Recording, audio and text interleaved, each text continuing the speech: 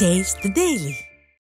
கடலூர் மாவட்டம் புவனகிரி அருகே இடிக்கப்பட்ட அரசு ஆதிதிராவிட நல மாணவியர் விடுதிக்கான புதிய கட்டிடம் எப்போது கட்டப்படும் என பொதுமக்கள் கேள்வி எழுப்பியுள்ளனர். சேத்தியாத்தோப்பு பகுதியில் இருந்த அரசு ஆதிதிராவிட நல மாணவியர் விடுதி கட்டிடம் சேதமானதால் அகற்றப்பட்டது. ஆனால் பல மாதங்களாகியும் விடுதிக்கான புதிய கட்டிடத்தை கட்டுவதற்கு ஸ்டாலின் அரசு நடவடிக்கை எடுக்கவில்லை. மாணவியர்களின் நலனில் அக்கறை இல்லாமல் செயல்படும் ஸ்டாலின் அரசு மீது பொதுமக்கள் அதிருப்தி தெரிவித்துள்ளனர். சேலம் மாவட்டம் வேச்சேரியில் சாலையில் கழிவுநீர் தேங்கியுள்ளதால் பொதுமக்கள் அவதியடைந்து வருகின்றனர். வேச்சேரி 11வது வார்டு அண்ணாநகரில் கழிவுநீர் கால்வாய் அடைத்து மூடப்பட்டுள்ளது. இதனால் இப்பகுதியில் கழிவுநீர் தேங்கி நிற்பதால் துர்நாற்றம் வீசி தொற்றுநோய் பாதிப்பு ஏற்படும் அபாயம் உள்ளதாக அப்பகுதி மக்கள் அச்சமடைந்துள்ளனர். இதுகுறித்து பலமுறை முறையிட்டும் அதிகாரிகள் நடவடிக்கை எடுக்கவில்லை என கூறப்படுகிறது. விடியா திமுக ஆட்சியில் அரசு அதிகாரிகள் மக்கள் நலனில் அக்கறையின்றி செயல்படுவதாக குற்றச்சாட்டு எழுந்துள்ளது.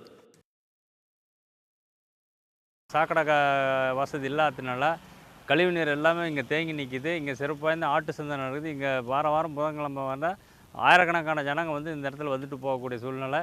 இந்த பகுதியில் இருக்கக்கூடிய பெரியவங்க, வேலைக்கு போகிறவங்க, பள்ளி குழந்தைங்கள்லாம் இந்த கழிவுநீரை தாண்டி தான் போயிட்டு சிரமத்துக்கு ஆளாகி போயிட்டு இருக்கிறாங்க. இதனால் இங்கே நிறைய குழந்தைங்களுக்கு உடம்பு சரியில்லாமல் போய் தொற்று நோய் பாதிப்புக்கான சூழ்நிலை இருந்துகிட்டு இருக்குது.